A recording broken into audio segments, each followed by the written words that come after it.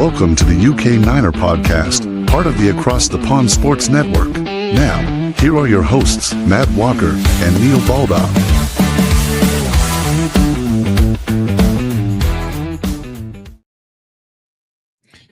Welcome, everybody. Episode 16 of the UK Niner podcast. I'm Matt Walker with my buddy Neil Baldock. How's it going, Neil? It's all good, man. How are you? I'm good. Busy week, preseason football upon us. This is brought to you in association with the Across the Pond Sports Network, and we are now 16 weeks in. That's 4 months, man. Yeah, it doesn't feel like it. And 16 is obviously a good number for a Niner fan. So yeah, I think this is now a thing for us, Matt, for sure. I'm enjoying it, and it's good stuff. It's been a thing for a while for me, honestly. It's just so good. So yeah, what do we got? What Niner goodness have we got for you today then? Well, we start things off as we always do with Neil's Niner Nuggets, and as the preseason's underway and the weeks come by and fly by so quick, and so much happening.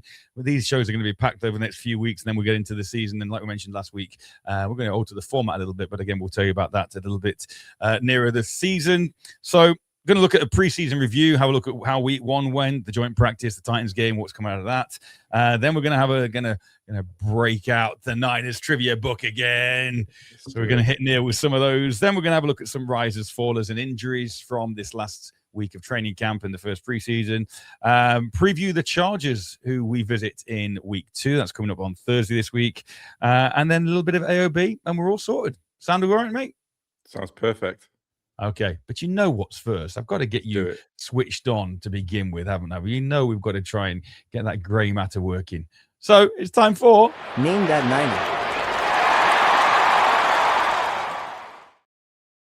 So if you're new to the podcast, then where have you been? We've done 16 of these now. Well, this is number 16. If you're not, you know how this works. I'm going to throw up a graphic, and it's got the teams of a former Niners player. All Neil's got to do is try and figure out who it is. Here we go. That's all I got to do.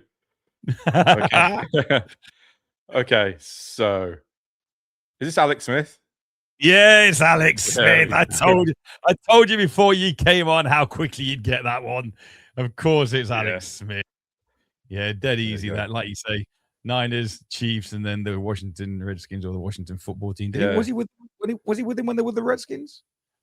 Not sure. Can't remember actually. Yeah, but no, I know. I like Alex a lot. I was I think that draft year was the year I went to Vegas when I met Valerie, and I bought his jersey. I bought his jersey in Vegas. Like, he did the number 1 draft pick. For those out there, Valerie is now Neil's wife of how many years? Oh, I met her in 2005, so 20 years. Wow, 2005. Oh yeah, 20 years. Yeah, I think. Yeah. Okay. Yeah. I've just done a little bit of research. He did join when they were the Redskins, which is good. There you go. In there with the Redskins logo on the lid. So yeah, excellent stuff. I tell you, I knew you wouldn't struggle with that. That was dead easy. But that was also the draft, obviously. I mean, Alex Smith was successful for us. You can't deny. He came in, he did the business. He took us to playoff games. I remember that one against the Saints where he ended up winning it for us. I think at Vernon Davis. I think he hit Vernon Davis on a TD winning drive as well. So he did the business. Yeah, I liked him. Liked him a lot. But that was the draft where we could have had Aaron Rodgers, was it not? Yeah. But then again, yeah, I mean, he came out young out of Utah, right? He came out a bit, maybe he wasn't fully cooked. But yeah, I think, I liked him. Like, Alex was good, yeah. But yeah, that was a nice one. There you go. It's going to be a good week when you get that quick. Is it Alex Smith? And I promise I didn't tell him. I didn't tell him, honest. He's just that good. Right, let's roll on. First quarter.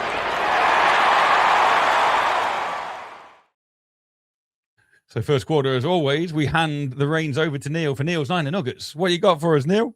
Well, you sent me the first one is the Nike Vomero release. So they've switched over from the if people have been watching, we did a breakdown of our favorite Pegasus shoes, but now they switched over to Vomero. So yeah, they've been released. Not the best looking, I don't think. I think I can speak for you there, Matt. You don't like them too much. No, I'm not a fan just because of the size of the sole and how much gold's in that sole. That's all that doesn't do it for me. Yeah, I'm kind of with you. Yeah, lots of gold in there, but we'll see. Like I said, if they go on cheap on sale, I might get a pair for the gym. But yeah, I mean, they're all right. But I prefer the Pegasus ones. Yeah, you've got a pair of Vomeros anyway, haven't you? And they say they're real comfy. Just normal for running and messing around in. But yeah, they Uh-huh. they are squishy. I mean, they are good. And they take the weight pretty well, you know. So yeah, it's the good stuff. But yeah, they are. It is a deep sole, but I think that gold's a little shiny on there. So yeah, I mean, Yeah. we'll wait and see. And I won't see him in person either. I mean, being up here in Seattle region, there'll only be Seahawk stuff up here, but I'll have to order Yeah. them if I want them. But yeah, oh well, maybe I'll pass on this year. Well, we're similar in the UK. Obviously, we only get them if we get a mail order. But Yeah. I haven't bought those Pegasus the past couple of years, like we said on the previous pod. But I think I'll be giving these a bit of a wide berth this year, which I know my wife will be pleased about financially. Yeah, Right, and then no, they're not. And then we move on to Mr. Kittle. Then, how's he looking? Yeah, so it looks like there's some good news coming out of the Niners camp that they're pretty confident. I mean, I think we spoke about injuries last week. I think we had him at a coin flip pretty much. Yeah, But he's looking like he's progressing nicely. He's been running routes, you know, catching passes, all that kind of good stuff. But that would be about 8 months, I think, after he got Yeah. injured, putting him back on the field.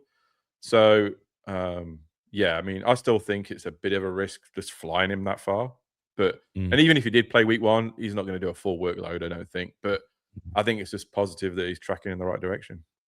Yeah, me too. I mean, when you're coming off it was a full Achilles tear, I believe, as well, wasn't it? You know, it wasn't partial. So 8 months coming off the back of that. We saw Dre Greenlaw obviously spend a year with Denver, and we've said before, maybe Greenlaw wasn't the Greenlaw we know in Denver. And even if Kittle does come back this year, it's not guaranteed to be the George Kittle we all know and love in this first few months back, whenever he's back. Yeah, but I don't know. I've seen him working out. He has that desire, man. I think that's the thing, right? But yeah, I mean, obviously that's going to be the limiting factor, but we'll see. We'll see what happens. But yeah, it's just positive news. And after last week when we spoke about so many injuries, it was just good to lead with some good stuff. But then you sent me I didn't see this, but you sent me the Ricky Pearsall update. I don't know if you want to talk that one for me. Yeah, well, obviously Ricky Pearsall officially out for the year on injured reserve, had his surgery on his PCL. And again, you know, I think he went through the whole of his college career without an injury, and obviously 3 years into his pro career, he just can't stay healthy. He's just very positive with it all on his Insta page. Nothing to be disappointed about. No regrets, no what ifs, just peace in the midst of yet another trial, knowing I did everything I could. So, you know, I think they hoped obviously that the PCL would be okay without surgery, but obviously that wasn't to be. And I think he's now just accepted that. Like it is what it is. I had the surgery done and I'll come back and I'll be stronger for it. And the final bit, now it's time to prove exactly what I know I am and become everything God gave me the potential to be. 9-month mindset. So, you know, pleased for Ricky to actually trying to get it sorted. But again, another year out of his NFL career, it's sad for the young man. Yeah, it is. But yeah, as you said, that's the mindset you need, right? So yeah. When you sent that to me, I read it. I was kind of some good stuff. And yeah, we'll see. We'll see. Hopefully in 9 months, we'll see him back. Like we've said, though, from what the wide receiver room looked like, a month ago? Oh, yeah. Compared to where it is now, you know, we had Ricky, we had Mike Evans, we had Christian Kirk, no Debo at the time, obviously, then Stribling, Demarcus Robinson. It's kind of all completely shifted around. And the fact that Debo's come back, you've got to think that the way Kyle is still Christian Kirk, and I think Christian Kirk's back practicing again, which is good news. We'll talk about that a bit later. But Kyle's almost having to now on the hop almost think, right, well, I was going to go with this receiver room and manufacture how I use the receivers this way. Now I've just got to kind of rejig the pieces a little bit. Yeah, and hopefully, and we'll talk about later, hopefully Stribling is the guy to step into those shoes, right? So, I mean, it's looking pretty healthy. A Stribling, Debo, and Evans wide receiver room looks pretty good to me. It really does. I agree. So in continuing on the roster then, what other roster moves have been by the Bay this week? Yeah, just a few. So they kind of released and re-signed Eli Apple at cornerback. They brought in Doug Kramer, he's an O-lineman, and another D-liner in Xavier Thomas. And then Zamir White came in to add some depth to that the injury hit running back room kind of thing. Nothing too great, I don't think. Obviously, a lot of kind of like, you know, camp bodies to while these injuries are going on. You may see a bit in some preseason games. But the interesting one is the 49ers confirmed that they've reached out and contacted Tampa Bay about Vita Vea's availability. So it's gone beyond just simple speculation now, right? So yeah, fingers crossed, man, because that's huge. The Bucs GM, I think Jason Licht is his name. He says he's got no plans, but then I was reading that Vita Vea came out and said again he wants to be traded. He wants to move. And then I looked it up. I mentioned it to you before. His high school is like 7 miles away from Levi Stadium. Sure. So he'll be coming home if he wants to. So, yeah, I mean, can you imagine? Imagine what that line would be like then. It would almost, it's not the same by any stretch of Myles Garrett to the Rams, but it's another big piece. And I know whenever we've been up against Vita Vea and week in, week out, you hear what an issue he is for any offense. And to have to plug the middle there from that nose tackle position, it would be an absolute boon if we could land Vita. I know other teams are interested as well, but like you say, from Vita Vea's perspective, he wants to come back to the West Coast, back towards home. So that would be an absolute boon if we could land that one. Absolutely, like you say, alongside Adigazier and Nick Bosa. And again, I mean, we talk about Jaden Duggar a little bit when we get on, and Romello Height, but that first preseason game was really exciting to see those guys as well. So that would be huge on the defense. So fingers crossed for that. Now, the bit you've all been waiting for, punter news. It's over. It's over. Yeah. Baumeister has gone. He's been, they had to, unfortunately, they cut him. The most important part of my week's go over with. So, so they're going to go with, the Aussie-born guy is gone. I mean, obviously, they needed to create some roster pressure elsewhere and stuff. So, that's it. It's all done. And, so the job is Corliss Waitman's alone. Yeah. And he did pretty well as well. I mean, I was... he's left-footed, right? Because it was kind of weird watching those punts. It's kind of comes in at a different angle and stuff. So, it should be different. But, I mean, that's it. So, anyway, we don't need to talk about these guys again for a while. So, well, maybe Waitman will give us a reason to maybe he'll make a touchdown-saving tackle against the Chargers. Anyway, well, let's hope not, because if he's making touchdown-saving tackles, that means the rest of our punt unit is had a nightmare. But anyway, as we head towards the regular season, then obviously we all know Game 1 is in Melbourne. And as the Niners do whenever there's an away game, there is a planned Melbourne takeover. Yeah, so this thing, they announced the Paint Melbourne Red program, which I thought was pretty cool. Yeah. So, they're going to host fan events. I went online and had a look as well. Like I think there's one bar, I don't know what it is. I got it in here, the Transport Public Bar. And they've got events in like 3 or 4 days in a row. So, I mean, they're turning this into a thing. They've obviously been using their presence in Australia for a few years now. They're like, well, they're trying to grow their brand over there. So this is probably why they've been chosen to go there. Let's be real. And then also Jonas Brothers.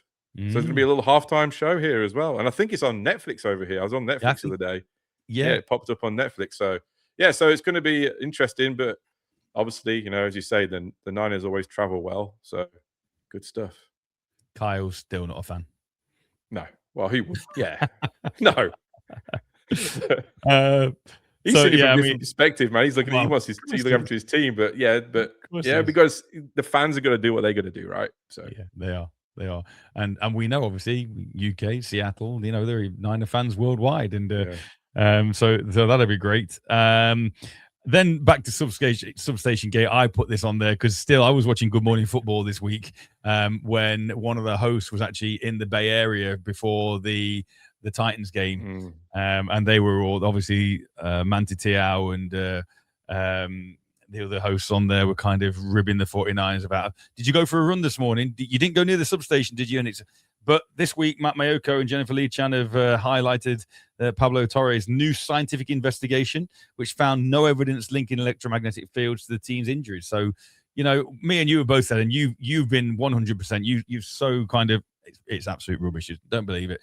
But other NFL teams and fans and whatever our injury crisis goes on, it's always going to be there, isn't it? It's that kind of bad smell. But again, more evidence. The investigation found that the EMF readings are well below unsafe levels, no established connection between this exposure and tendon or ligament injuries, and discovered that the 2014 substation expansion, often blamed for the injury spike, wasn't even the substation beside the practice field.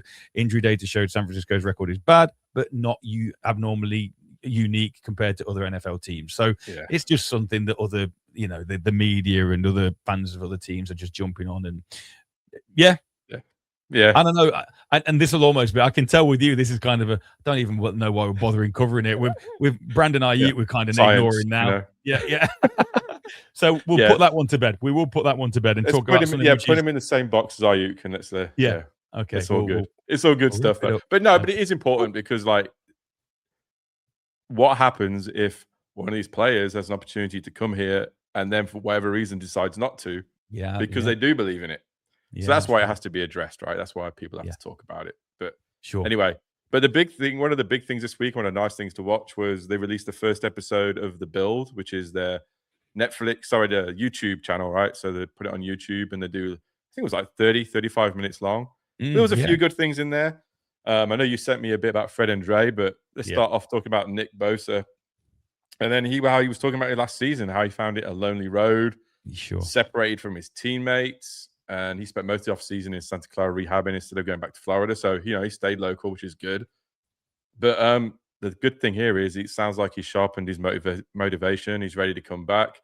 He says I know misquote him. He's dying to get back out there, and described his hunger as insatiable. So I mean, That's good. if you want to use, they're the words you want to hear when from your D end. Oh yeah, from the wrecking ball DN that Nick Bosa is. We just got to hope that obviously the latest soreness, the tendonitis in the knee that we'll talk about. I don't want to steal thunder. We'll just hope that that is just what it is, just soreness, and just making sure that they're completely being as cautious as they need to be. No need to throw him into these preseason games. He'll come back, and if he's fit enough, he'll be the Nick Bosa that we know and love. Yeah, so that's great to hear from Nick. Fred and Dre, watching the segment on Fred and Dre and how just the relationship those two have. It's heartwarming. In fact, Yeah, it's just like watching two brothers, man. They just love it. They absolutely love it. Yeah, and like how like let's talk about the organization doesn't feel like it's changed. And they thought that chapter on their careers had closed, but now it's open again and they're ready to go. Yeah, I thought it was very cool. And yeah, and that's obviously the chemistry they got. And let's just face it, I mean, if Greenlaw comes back even 90% of what he was before, they're going to be the best linebacker duo in the league. So I cannot wait. No, I can't either, because I do think that that Dre makes Fred a better player. Like you say, even if it's 90% Dre and Fred together, I just think there is that unwritten, unspoken communication that they both got, and they as a tandem, they are the best middle linebacking duo in the NFL. And then finally, Colton McKivitz. Yeah, he was just gave a really good, candid account of his career and how it almost came to an end. And he said he didn't know how to approach the off season, and he failed to improve. And then was eventually cut. And then he was like, his dream's over, right? He's out of the NFL. But then he got an opportunity in late 2021, and then he became the starter. And then he said all the coaches continue to believe in him. Easy for me to say. And then now he's been defined by moments, right? And now he's a genuine starter. But it just goes to show that these players come out and maybe they're not fully prepared for NFL life and take a few coaches to believe in them. But yeah, it was just an interesting thing. So yeah, if you haven't seen that episode, like jump on to YouTube and give it a watch, because it's interesting stuff. It is it's a great watching. Colton McKivitz loves his dogs as well, doesn't he? Yeah. And then, the other thing I wanted to get to, I know I skipped over it a little bit, but Fred and Dre as well, their mindset as well. It's very similar to the insatiable quote from Nick Bosa. They said they're looking for freaking domination. Yeah. So it just goes to show, I think that's the mindset they're looking for. So yeah, but also good stuff. When I saw an article, I don't think it was on the Build, but I think it was a separate article that said that Dre's come back in, and if players are sleepy, if players are kind of not on it, he's literally in there making sure, almost like just keeping them on the toes all the time. The energy he's brought back to the building is just insane. So yeah, great. Hopefully lots of good times to come in that linebacking core from Dre and Fred, and I can't wait to see them together again. Yeah, good stuff, man. Cannot wait. One last thing before we go. We mentioned Kittle earlier on. A little bit of Kittle watch. Nothing major this week rather. But I don't know if you noticed at on the sideline of the Titans game, he and Mac Jones, they were on the smelling salts again. Kittle loves his smelling salts. Mac Jones was kind of, it's just insane. Yeah, I saw Kittle the other day. He was working out and he took a good sniff and then starts hitting the weights. I'm like, and then wasn't like Shanahan doing it at some point in the off season as well? He took a sniff somewhere. I'm like, oh my goodness. So it sounds like it's a thing. I don't know. I don't know anything about it, to be honest with you. I don't either, but I think it's all Kittle based. I think it all comes from George. And if anyone's going to tag onto that sort of daft thing that George does, Mac Jones is going to be right on it. Oh, yeah. But yeah, good stuff. But yeah, that's about the only Kittle news there was this week, other than him getting back. But yeah, But I guess people are locking in, right, man? It's a different Yeah. time of year. As it should be. Although he's still got his acting debut to make, only whenever that's going to Yeah. happen. Anyway, Well, fingers crossed. bring you more on that whenever those dinosaurs come to fruition. Right, let's move on. Second quarter.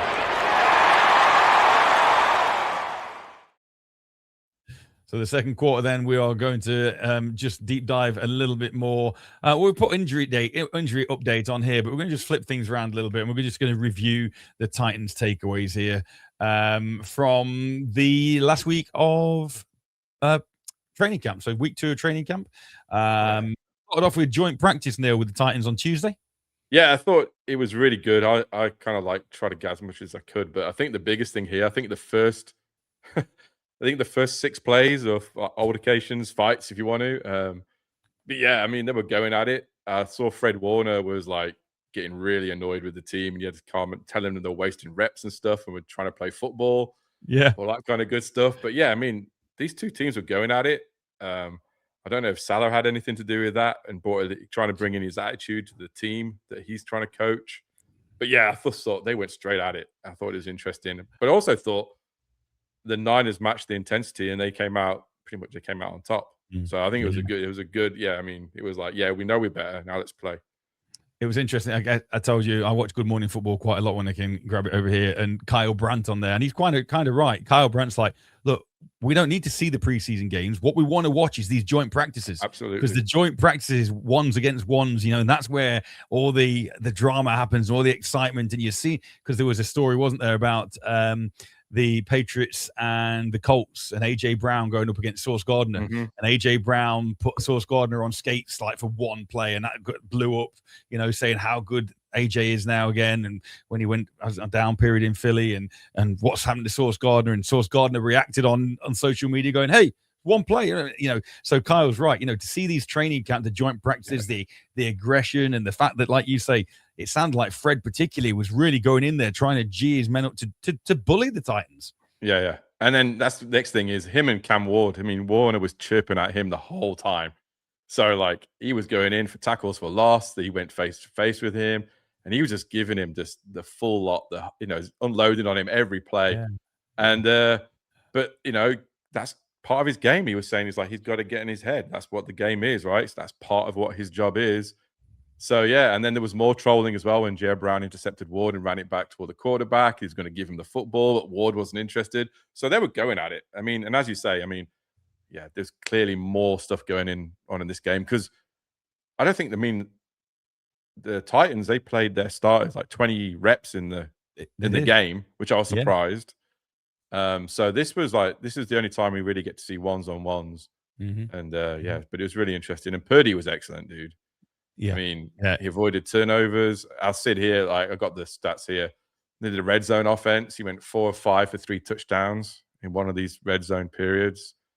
And yeah, I mean, and then Deshaun Stribling continued, created separation and making moves downfield. So yeah, I mean, Purdy last week had a couple of pick sixes in the practice, but he's come back real strong and looking good. I think he's looking sharp, dude. I think he's looking really good from what I've seen as well. And the chemistry sort of developing with DeMarcus Robinson as well. He's talked about DeMarcus Robinson and the receiver that he is. And obviously, we've said about how it's not great having Evans and Kirk and people not out there, but it gives next man up and it gives opportunities. And like I said to you, DeMarcus Robinson in his second year in the Niners system, he's going to be more better understanding of how Kyle wants things done in the playbook. And it does seem that those two guys are creating a chemistry as well. So I'm excited to see Brock and Robinson as well. Yeah, absolutely. And then there was a load more of these ridiculous top 10 lists came out. I don't know if you saw any of them, but it was crazy, dude. Like, it just goes to show, just where people judge people. They just don't see people's performance or games or wins. I don't know who said it, but the most important stats wins, right? So we'll see. Yeah. But yeah, and then the secondary continued to impress as well in the practice. So, I mean, that was a genuine test. I mean, Cam Ward, Carnell Tate. I mean, everybody forgets he was a number 4 overall pick. I mean, he didn't do much. He didn't do much in the game either. Was certainly outshone by Stribling in the games. But yeah, I mean, they played well. And then, of course, I think the biggest riser, one of the biggest risers this week is Jaden Duggar. Sure. He's so good, dude. A 6'5", 240, line up on the line of scrimmage. He can cover tight ends. And I don't think this is going to be an experiment, dude. I think this is going to be going on into the season. Really, really good stuff. I agree, and I think sometimes I sometimes see other NFL teams, and they do hit on those rookies right from year one. And I don't think it's often that we do. And with the exception of like Nick Bosa, who's obviously coming off number one pick or whatever else, it's often we get our rookies and we kind of develop them. So it would be nice to see some of these guys make an impact right in year one. Yeah, absolutely. And there's a couple we've mentioned already. And then it was the game, dude. And then they went to the game. I think different perspective. So I would talk about ours, but I went into the Titans kind of like stuff and see what they were saying. Yes, the Titans won 19-13. But yeah, it should be said that they started their starters for most of the first half. They were going against third stringers, rookies, people that haven't played. So they were like tampering expectations over there. Like, yeah, it's not going to be a great season, but the Salah's trying to set the tone like he did over here with the defense. Yeah. But our team, we gave most of our starters a rest. There was a few that came in, but all of the established people didn't play. Trent Williams there in his street clothes again, just chilling out on the sidelines. Love it, doing the interviews and stuff. Yeah, so much fun. Amazing. But dude, talk to me about Stribbling, because man, he looked good, dude. And this is the thing, people might say preseason, what was he going up against? But he was going up against that first string Titans defense, for the first 7 catches, 63 yards, and that one shot where he had to adjust his body on the sideline and over the top of a defender. He looked good. There's all this talk about him not being able to create separation. I thought he created separation quite well for his first game. Still got lots to learn, but he does look like somebody who is going to be able to come in and produce from day one. But hopefully he won't need to. The fact that hopefully we've got Evans and these guys all come back, and Robinson and Debo, but I do think he will be a factor. One drop, but otherwise, like you say, he's separated. And again, playing with Curtis Rourke, and no discredit to Curtis Rourke, but he's not Brock Purdy. But Curtis Rourke, you come into that in a second, he did show real promise. And those two guys, because again, I assume that in camp, Stribbling would have been getting most reps with Brock rather than with Rourke. Yeah, because he had to step up. Yeah. So they didn't know each other too well. So I mean, I was super impressed with his attitude, his hands, his strength as well. He just goes up and gets the ball. He doesn't wait for it. And real good. And then, I mean, I'm not going to compare him too much, but Carnell Tate on the other side, he didn't even have a catch. And they're playing with his ones against backups. So I don't know. I think we have to be happy. I think Stribbling, that's one obviously we'll talk about later, but keep following him in the preseason. And then we'll talk about Rourke. Just before you do that, just a quick on Carnell Tate, unless if it's coming, I'm so apologize. He had one opportunity to score a touchdown. Who batted that ball away? The telescopic arms of a Fission's price sock.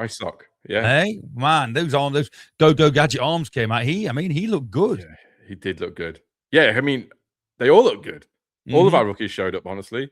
I think height was the only one who's probably the least, but I mean, you can't complain about that. But then, but we spoke about Rourke, 12 or 14, 101, 14 yards rushing. He's I didn't realize how long he's been out for. He's been out for nearly probably the best part of 2 years. Yeah, sure. He looked really comfortable running the offense. He was decisive, accurate, all that kind of stuff. The biggest thing to me is, like we said earlier, before we jumped on, was why risk him on that goal line? Yeah, just so he was taken to hospital, wasn't he? He was struggling to breathe by all accounts. Now, from what I hear, the first sort of scans that came back were negative in terms of broken ribs. I think they did more in-depth scans. I'm not sure what the actual up-to-date result is. Are you aware at all? I've had a look today. I didn't see anything come back, so I don't think it's a broken rib. So fingers crossed, because otherwise. And then they only dressed 2 quarterbacks for the game as well. Yeah. So I mean, and then and then is it Martinez? He hurt his hand as well. So it was a bit of a mess. But you know what? He's good, and that's all that matters. He can run the offense. So obviously, and a bit of pressure on Mac Jones maybe. So. Let's just hop the next one for a minute. Let's keep talking positive, because Jordan Watkins, I really want Jordan Watkins to shine this year. And he quietly, like you put on here, he had a good night. And again, a couple of years into the system, you would hope he would, but 6 catches for 59 yards. And he's had a good camp so far.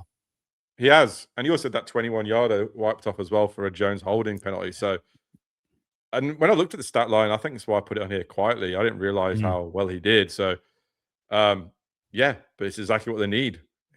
We spoke about the injuries to the receiver room, how it's changing, how it's developing. They're bringing in some veterans at the top end, but hopefully these guys can come through. And I think Watkins and Stribling did. Yeah, me too. Let's keep positive. Grayson Okay. Holden flashes. Dude, he looked good. Mm-hmm. I've liked him from day one. You did. But yeah, he's good. And then I just read a Trent Williams thing this morning. Like he loves him. Thinks he's really good. I mean, he was going up against the highest paid left guard in the league. Yeah. Put him on skates a few times. So I think Peter Skoronsky, is that him? Yeah. So yeah, that's right. Yeah. So Holton looked really good, dude. Powerful as well. Yeah. So that's what we need. You need depth on that interior line. I did jump the gun. I didn't read down far enough. Prysock, like we say, Jack Jones went down injured. I think Jack Jones hand injury. I think is it a groin for Jack? It's either Jack Jones or Nate Hobbs. I think he was the hand as well, wasn't he? Right. I'm not sure.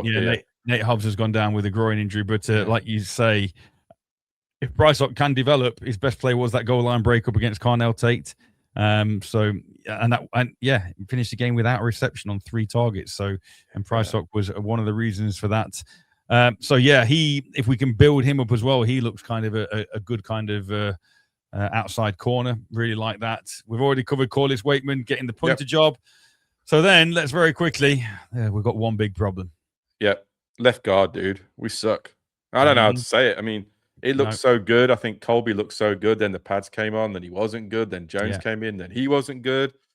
Carvey Willis came in. He surrendered a sack and multiple, what do you want to call it? Pressures.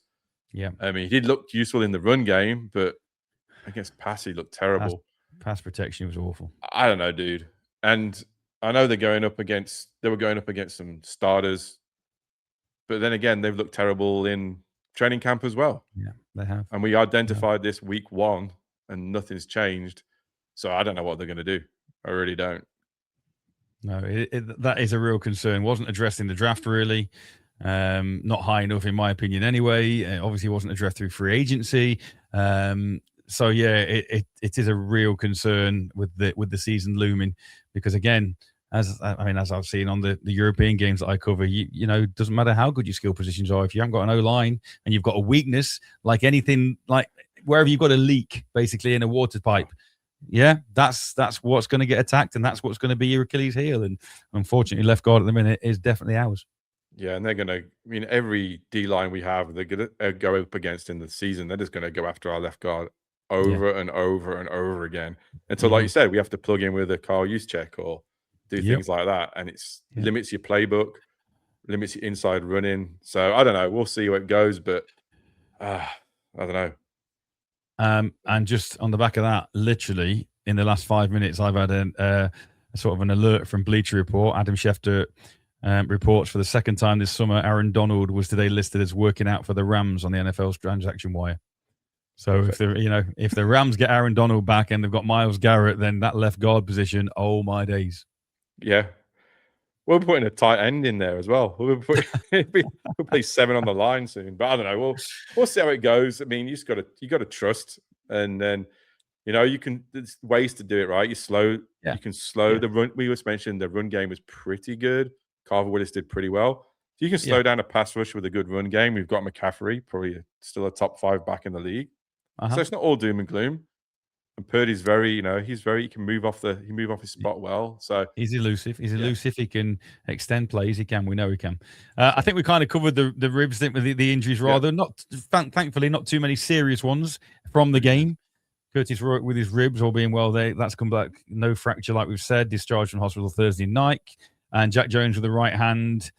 He didn't return because it's unfortunate because, like you said, he's been one of the strongest defensive backs in camp.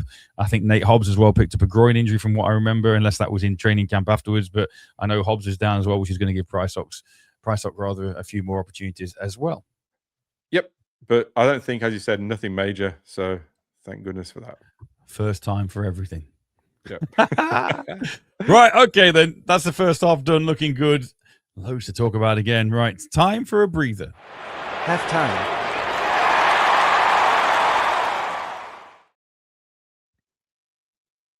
Oh, let's go.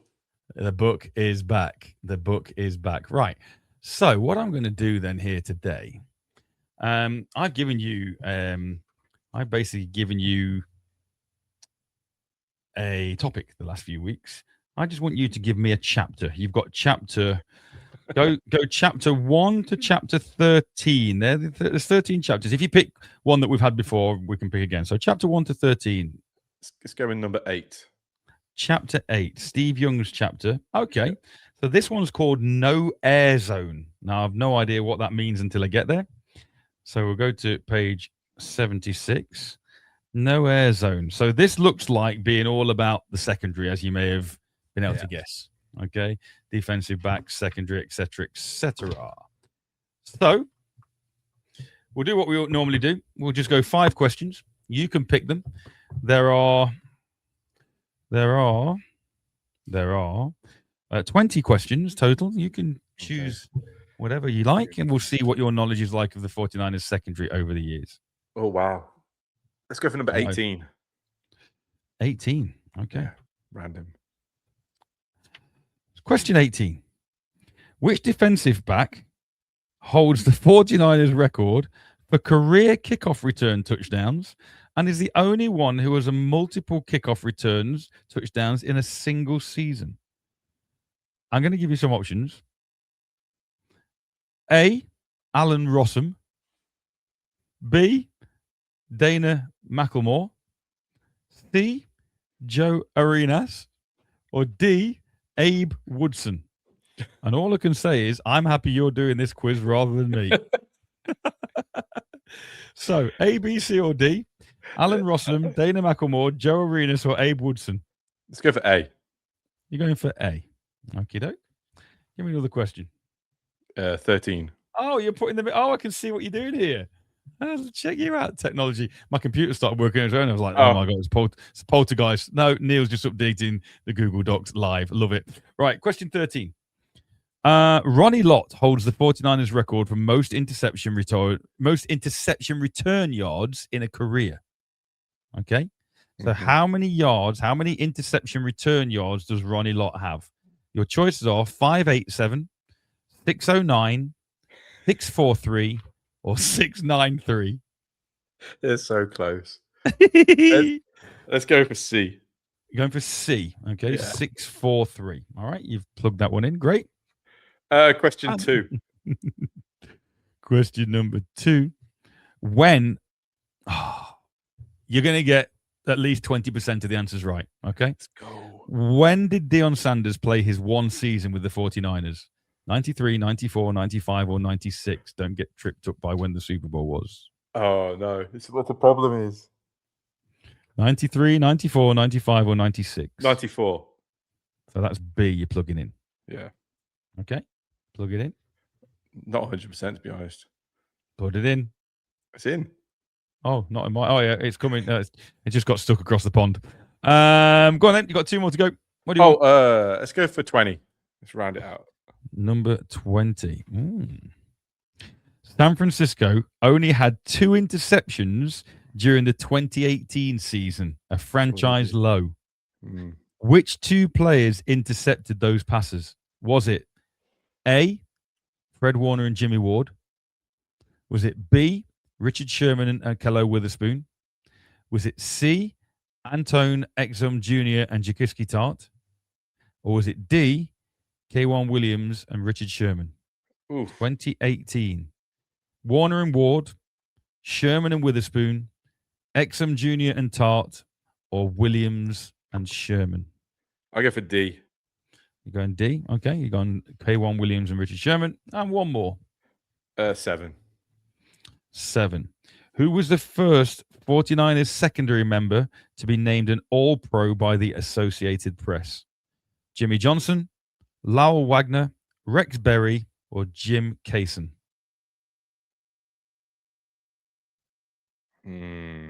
Jimmy Johnson, Lowell Wagner, Rex Berry, or Jim Kaysen?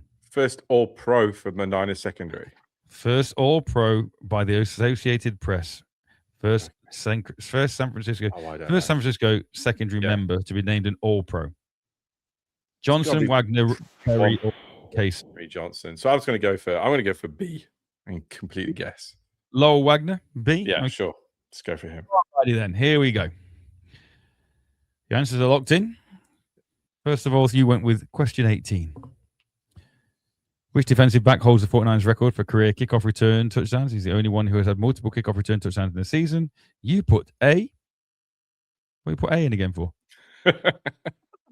The answer is D. Abe Woods. Oh, was it? Apologies. Abe Woodson, D. Question number 13. Ronnie Lott holds the Niners record for most interception return yards in a career. How many does he have? You said C, 643. The answer is C, 643. Let's go. Question number 3. What year did Dion play his one season with the Niners? 93, 94, 95, or 96? You put B, 1994. The answer is B, 1994. Yeah. Dude, at 40%. I'm stoked. You're doing good. You're doing good. Question 20 then. Question 20. All-time low interceptions in a season. Yeah. Only 2. Which 2 players intercepted those passes? Warner and Ward, Sherman and Witherspoon, Exum Jr. and Tart, or Williams and Sherman. You put D, K1 Williams and Richard Sherman. The answer is D, Antone Exum Jr. and Jaquiski Tart. I know. Tough. Yeah. Tough. And finally, so I put C in there. There you go. You got that wrong. And finally, You make sure. damn right. Now you're doing it like this.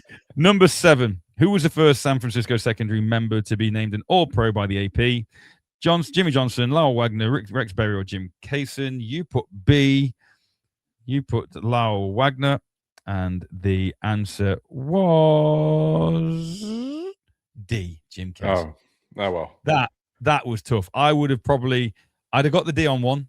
I'd have guessed at the Ronnie one, but I'd been guessing, so would have probably got it wrong, and I wouldn't have got the other 3. I wouldn't. Yeah, I think And there's only one in there that was even the yardage was a straight guess. Oh, it absolutely is. Yeah, 100%. He's so close. 501, 502. I was like, damn. Nice thing is about doing these, though, again, like everything, like you said about when you're doing the research, everything, you're just learning new things. Yeah, I'd not heard of some of those players, but hey, fair play. There we go. Okay, mate. Let's do it. Thank you for entertaining me. Yeah, Here we go. Third quarter.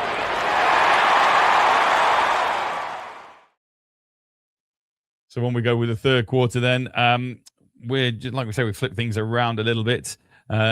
This one, instead of being the Titans takeaways, this is kind of training camp rises, fallers, and injuries. So first off, I think we know where we're going initially. Rises to begin with. The biggest riser so far of the Niners training camp is Deshaun Stribling. I agree. Dude, so good. He's gonna have a real role soon. Yeah.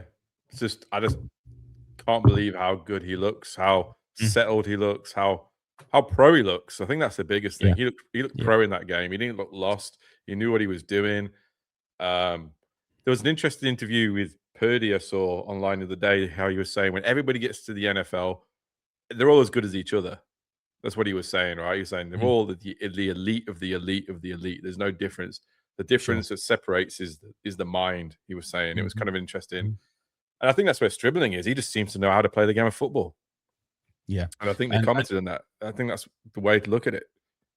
Yeah, and I think you're right. There's been a number of players who saying he doesn't look like a rookie. It doesn't look like kind of like a deer in car headlights type thing. He looks ready. He looks almost like the article that can come on the field and produce almost right from day one. And obviously, we've said it before. We'll say it again. But Kyle was ripped a little bit. Kyle and John for taking him when they did. But the longer this goes on, and the longer the more he can contribute, particularly on the back end of those older receivers we've got. If he gets those opportunities and comes in, then Kyle and John are going to be sitting there going, "Told you." Yeah, and I even saw he didn't get too much praise, but he never will. I mean, I don't think that's the kind of Kyle thing, but yeah, I think he genuinely shows. I mean, Trent Williams says here his 4.3 speed shows up on the field. I think there was someone else commented as well, you can be as fast as you want. when the ball's in the air and you're tracking that ball, you can slow down.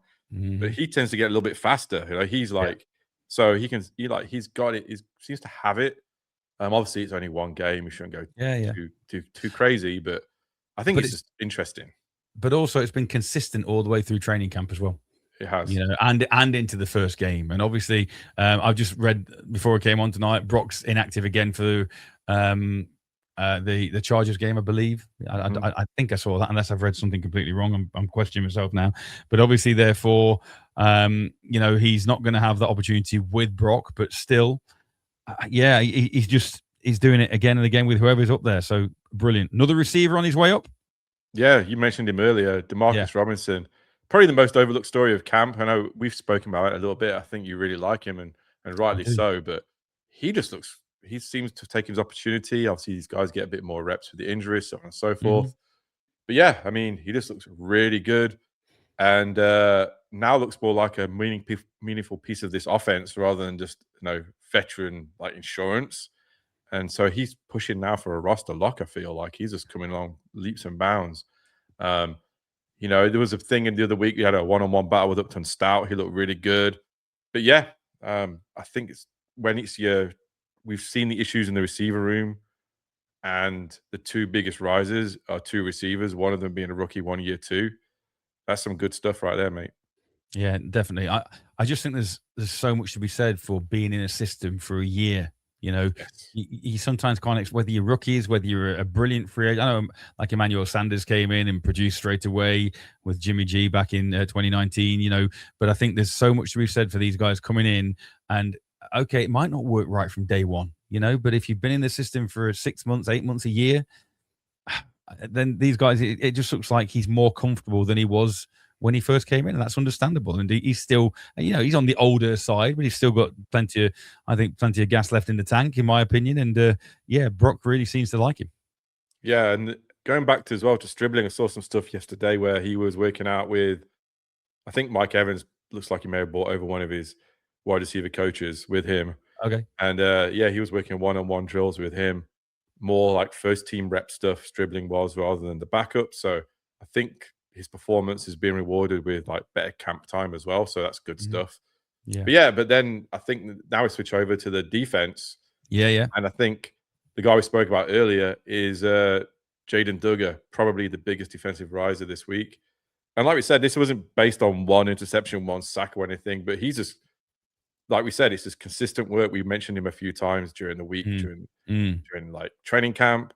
Then it was during the joint practice, and it was joining the game. So yeah, and then we've talked about this fever back role. So he may well go from developmental player to a defensive package. And yeah, it's a Fred Warner. It's rare skill set and runs like a deer. So it's a big deer. But that's a hell of a deer. But I think he's tracking well to make that 53 roster. Absolutely. And another kind of second-year player, flashed last year, but Upton Stout, cornerback, he's rising as well. Yeah. He had one-on-ones with Robinson at the start of the week. He did really well. But yeah, then in one deserves context out of the Tuesday joint practice. The intended receiver was separated, and it was overthrown, so the interception shelf shouldn't be oversold. He kind of like went in. He's always around the football. He didn't just track the receiver. He was tracking the ball as well. But yeah, continues to look like legitimate starting caliber defensive back for this team. So really good stuff. And me and you love him. We can't say enough about him. But this now, if it wasn't before, this is so Brock's team, and he just looked ready, I think, to take this team on his shoulders this year. It feels like it. I think last year when Mac Jones came in and he was kind of injured, I think he kind of just maybe realized, Mac Jones is in, he's good, but it's still my team, right? And he came in and he was dealing when he came back in. And but yeah, I mean, just looks really good. I mean, he was charted at here. The practice was 21 of 27, multiple touchdowns, no interceptions, deep shots, just dribbling. Yeah. Someone called him the Lair King, was it last week? That was Mac. He's dropping stuff over the defense. So he just looks really good, mate. And he looks sharp. I know we spoke about Chase Daniels' breakdown of him, but he just looks really good.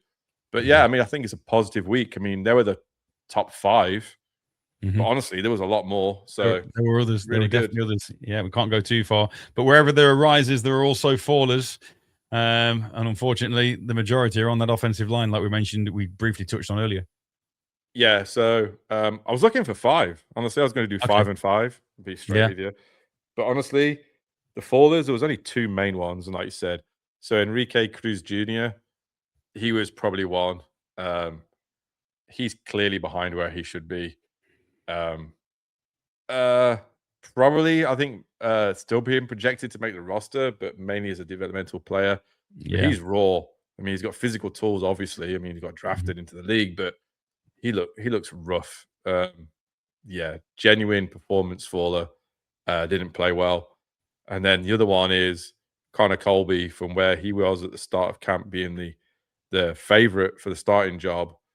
Yeah, now Robert Jones is getting those starting reps, but Jones didn't play well. So yeah, and like we said earlier, it's not necessarily the run game; it's the pass protection that's really suffering for this. I think they might be just as well to give Saldo Sam a couple of reps at left guard and see how he gets on. Why not? Why not? But yeah, I mean, still obviously this guy's still in the competition, but he's no longer the favorite to get it. I think that's a big fall off for someone who at the start of camp we knew he might struggle, but now it's come to fruition. So not good at all. Yeah, it's got to worry Kyle. It's got to keep Kyle up at night a little bit, that left guard position, surely, because ultimately, left guard, left tackle, that's your blindside quarterback protection. Yeah, and we spoke about it. We went through the roster. You're looking at running backs, quarterbacks, tight ends. Everything's solid across that whole offense and that one thing. And I know we keep talking about it, but maybe they can find a way. But then there's the injury report. Oh, go on. Come on then. I was just going to say, give me some good news. There isn't much. Actually, there is. To be fair, it's a lot of just, I would say, soft tissue stuff. Obviously, we know the people on the PUP. We spoke about those before. We know that Pearsall's out, but everything else is trending pretty well. It's got a whole list there. Yeah. Mike Evans is back. He's back-to-back practices.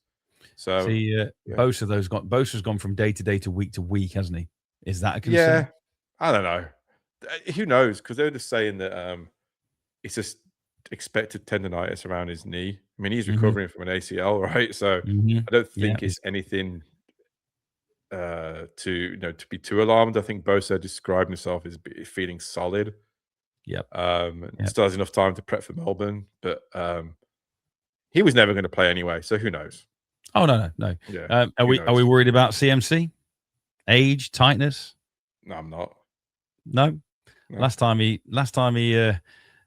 suggested he felt tightness. It then sort of grew into kind of that tendonitis and the strain and stuff. Yeah, I mean, who knows? But who knows? We can't judge it right now. But he was looking so good the other week, so we'll see. We mentioned Nate Hobbs about the groin injury. He's out for a few weeks, injured that. In joint practice, it wasn't in the game, so that was joint practice. Michael Williams still progressing on the PUP list. Garendo, obviously with his pectoral, he's still on the PUP list as well. Christian Kirk with the calf injury, he seems to have been out like quite a while. So he's been out since early in camp. Yeah, so that obviously that calf strain.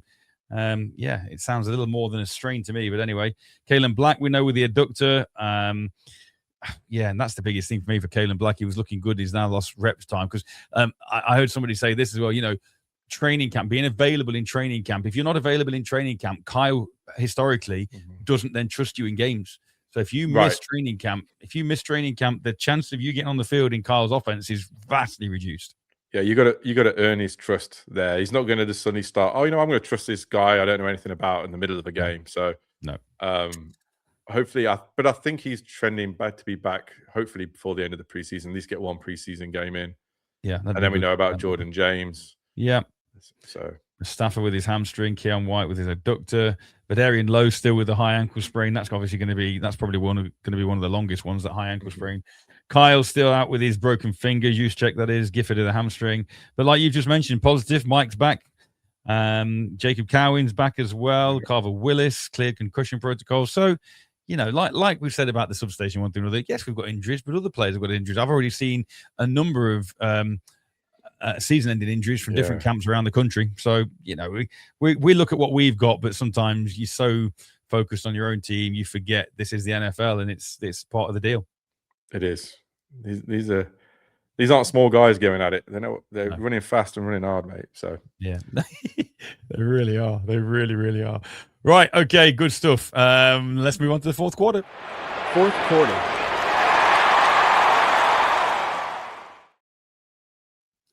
So fourth quarter is upon us already, and it's Sunday night. So we're at the beginning of week 2 of the preseason.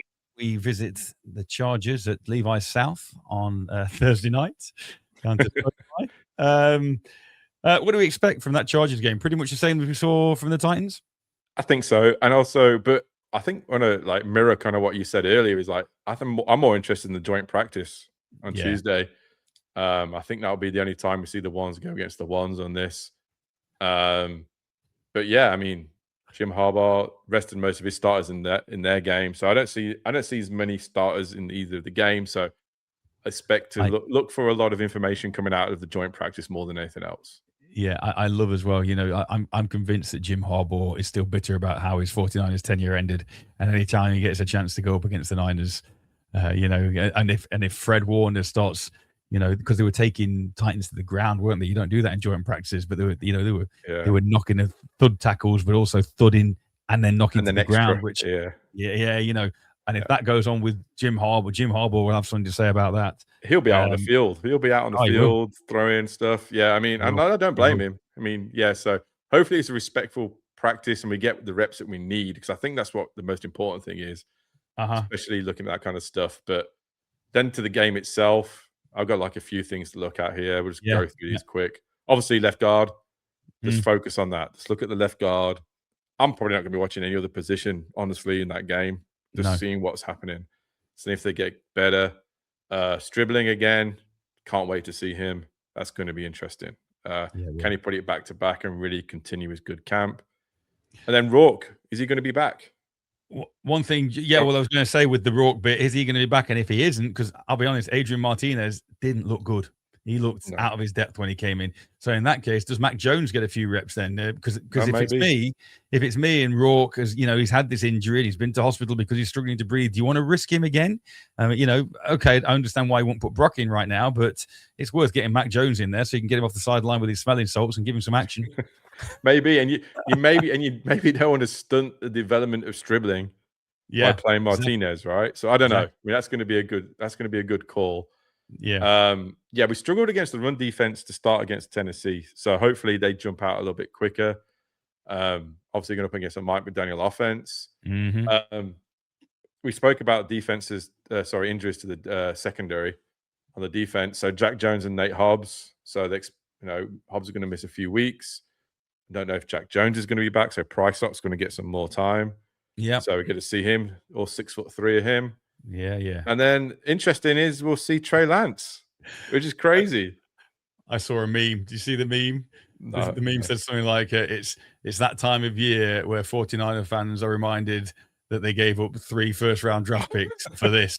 And then Trey Lance, in his first preseason game, I'm sure Trey Lance floated a ball over that just literally was closer to 3 defenders as it was to one of his receivers, and it got picked off. So I know. But yes, Trey Lance... he would have thought he's going to get a majority of the reps, but yeah, that is still a brain scratcher to this day. Yeah, I mean, do you think we'll see any Purdy on this game at all? I mean, they're on about. I mean, maybe you said they maybe not playing, but yeah, I don't know where I saw that. It's already the second game, so did they usually get one series? Maybe that's it. Just jog it out, loosen up, and then go back in. I'm not sure.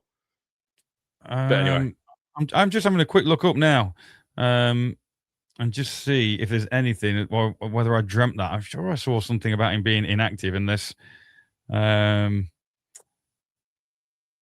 yeah, I mean, but it would be interesting. It's just going to be interesting to see how, because Herbert may start, but if not, whatever happens, Trey Lance is going to get some reps. Yeah. Well, it's interesting actually. Again, I'm currently involved in commentating on the American Football League Europe here, and we're coming to the end of the regular season is next week. And it's that age-old debate, whether it's pre-season, getting ready for a season, whether it's going into the postseason. There are 2 teams in Europe at the moment three teams, in fact, but the Rhine Fire and the Vienna Vikings and the Wrocław Panthers, these guys are at the top, and they've already secured the playoffs, and there's no chance. How much do you play your starters? How much do you risk them for injury? But equally, you don't want to sit them because then they'll get rusty. They've got to keep ticking over. And it's that debate for coaches. How much risk do I want to put them in? But equally, like I say, I've got to make sure they're still sharp. And it's got to be the same with these guys. Yeah, we know Brock can play. We know all these guys can play. But training camp against your ones who you're familiar with is nothing like a real NFL game. And the environment, and they're still well attended, these preseason games.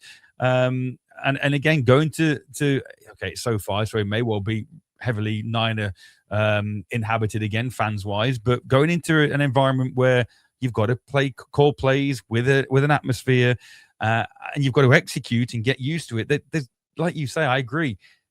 It would be good to think that the Niners starters can play maybe a series here just to get the juices flowing again. And then in the final preseason game against the Raiders, maybe they go for a half. Yeah. And maybe it all depends as well, right? Maybe it depends on how well that joint practice goes. Sure. I mean, if Purdy comes out ones versus ones, like I said, he comes out dealing, he's just like lighting up the field, touchdowns everywhere, and they go, okay, yeah, there's no rust to knock off.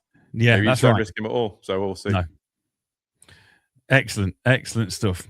Right then, we're just about done. We just ticked over an hour. We've just got a little bit of extra business I want to give you, so we'll just very quickly head into Overtime.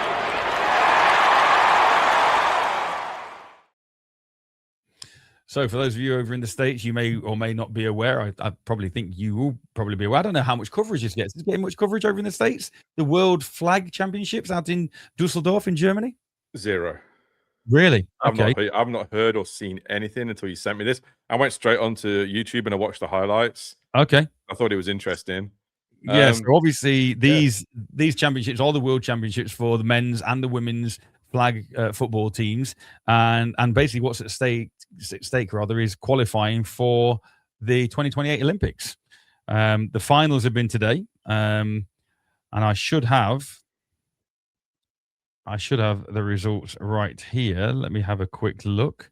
What was interesting, like you put down there, the men's USA team had not lost a game since 2012, and an American Samoa came in and they've beaten them to end that run. So just an incredible. What was interesting to me is it was Tua Tagovailoa. Is how you say his name. Yeah. It was his younger brother who was playing for America Samoa. Dude, he lit it up. Yeah, he did. He was throwing ropes from 4 yards. I was impressed. But the other thing is, I didn't realize, and you may know this more than I've not watched much of this kind of standard of flag football, was like how specifically the players are they just choose like very specific, fast. Almost like sprinters in these teams. But yeah, it was really interesting. I watched the highlights. I think Canada said they qualified for the Olympics out of this. Yeah, so basically 4 teams qualified, right? 2 women, 2 men, is it? No, top three in each. So top 3 men's teams. So gold, silver, and bronze basically qualify. I'm just desperate to find these results very quickly. I should have got this earlier on. But there was an interesting thing I read as well, discussing it, because obviously it is the Olympics, and the NFL players will be eligible. Yes. So there are talks now. Are these like guys that's going to be suddenly benched for NFL players, which that'd be a tough pill to swallow for these guys, as you said, because they've been number one for best part for over a decade. It really would. So, I mean, it'd be nice to see them stick with these elite, like kind of flag football specialists, if you will. It would. So basically, the bronze medal match for the men, Canada defeated Mexico, so Canada booked their place, and then the final was between the USA and Italy. And after their defeat to the two of Iowa-led American Samoa, America won the gold medal 46-26 over Italy. So America, Italy, and Canada booked their places at the Olympics. And then in the women's game, the bronze medal match was Mexico against Great Britain. The Great Britain Oh. ladies. The Great Britain ladies have been really good. I think they were European champions a couple of years back, but it was Mexico versus Great Britain. The winner goes to the Olympics in the bronze medal match.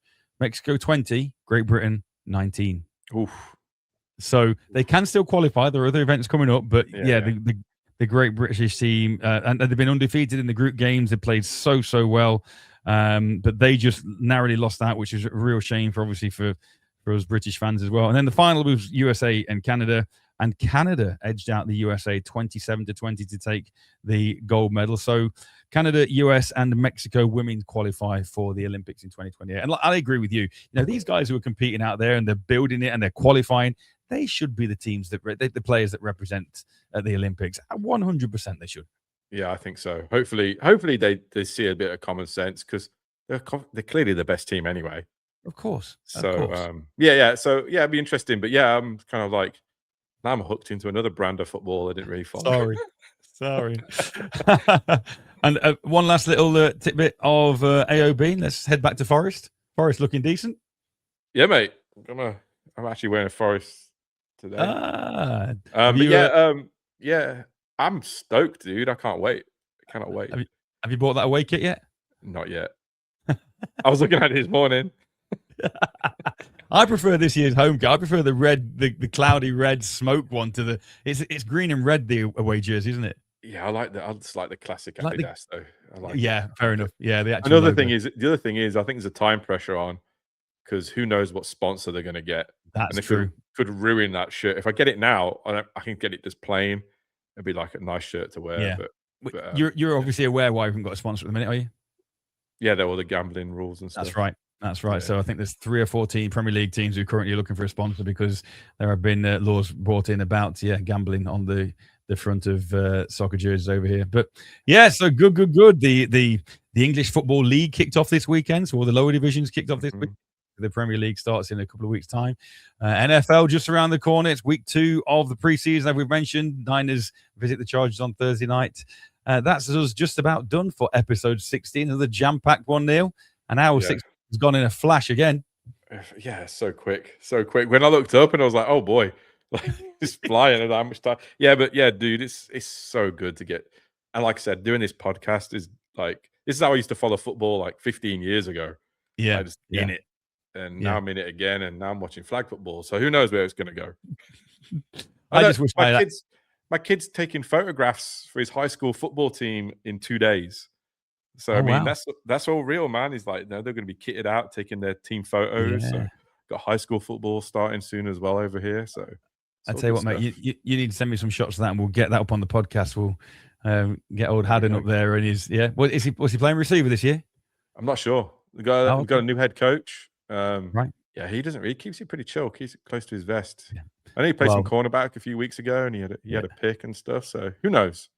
I don't profess to know him very well, but obviously last time we saw him out on the West Coast, he's just a pretty chill guy, just totally, isn't he? He's just chill guy. He's the most even keeled person you probably ever meet. Like when he's happiest and the saddest he'll be is the exact same. Yeah. It's like, well, the other one's completely different. Oh yeah, he is. Oh, Logan's off the charts. Yeah, but boys, if you're listening to this, thank you for watching for a start. But we all love you both, as we do Dan and Alex. Yes, we do. As we do kids. Amanda and Valerie. All of them, and the moms, all of them, and the dads, everybody. Hey, you guys, you probably switched off about 2 minutes ago when we stopped talking football. But hey, if you're still with us, thanks ever so much for joining us again. This was the UK Niner podcast in association with the Across the Pond Network. I've been Matt Walker. He's been Neil Baldock. Thanks again, Neil. No worries, mate. Thank you. We will see you all again next week, where we break down week 2 and we look forward to the Raiders in week 3. You all have a good week. Take care.